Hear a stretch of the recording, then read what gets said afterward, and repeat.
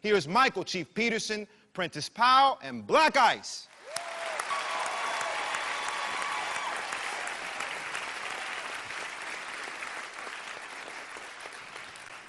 The hashtag says, Black Lives Matter. The toe tag says they don't. We've been labeled and tagged. They put bullet holes through the price tags on our lives because to them, we have no value. I mean, if we did, I wouldn't have to talk to my two sons about choices while they're still young enough to ride in car seats. Driving down the street, trying to explain why we seem to gain more of a voice once we've lost our heartbeat. So welcome to Black Friday, where the best things in life are free except air.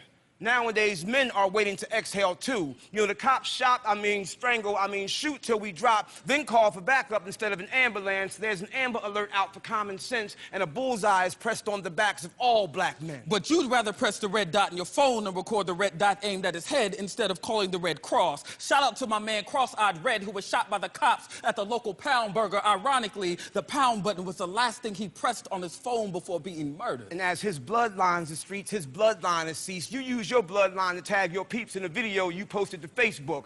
But it won't matter because cops don't FaceTime. So let's face facts. When it comes to blacks, too many are tagged by the trigger. Maybe more cops should be on Twitter since they love to follow. And retweet, repeat. The plight of the black man. Hashtag Sean Bell. Hashtag Oscar Grant. Hashtag Eric Gardner. Hashtag me.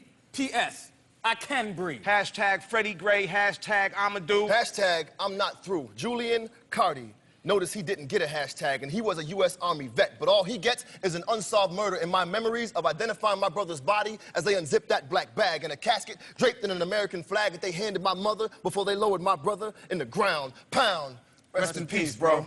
Pound. Trayvon Martin. Pound. Mike Brown. Pound. Prince Jones. And I admit, his name I had to Google on my phone because I've never claimed to be an activist or a revolutionary. It's just scary how social media tends to dictate this world's trending topics. So instead of immortalizing our deaths, I'm trying to immortalize my kids. That's why I post so many pics, because nowadays it seems like our lives really don't have too much value unless you can get them to trend. So I found myself on Instagram scrolling down a little bit and I see a pic that says Black Lives Matter, but I can't help but reply, hashtag since when? Since it won't matter a week later when some football player hits his wife on an elevator and now y'all have something new to post about.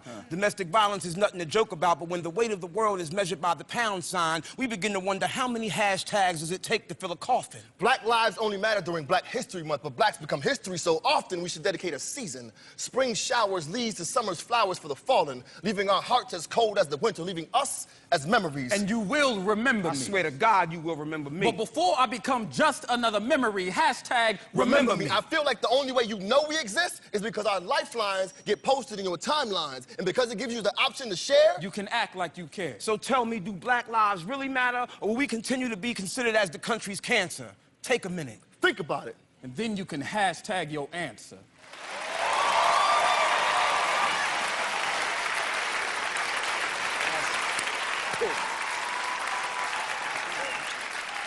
That right there, that has to be one of the most powerful pieces and most relevant pieces we've ever heard on this Versus and Flow stage. Give it up again.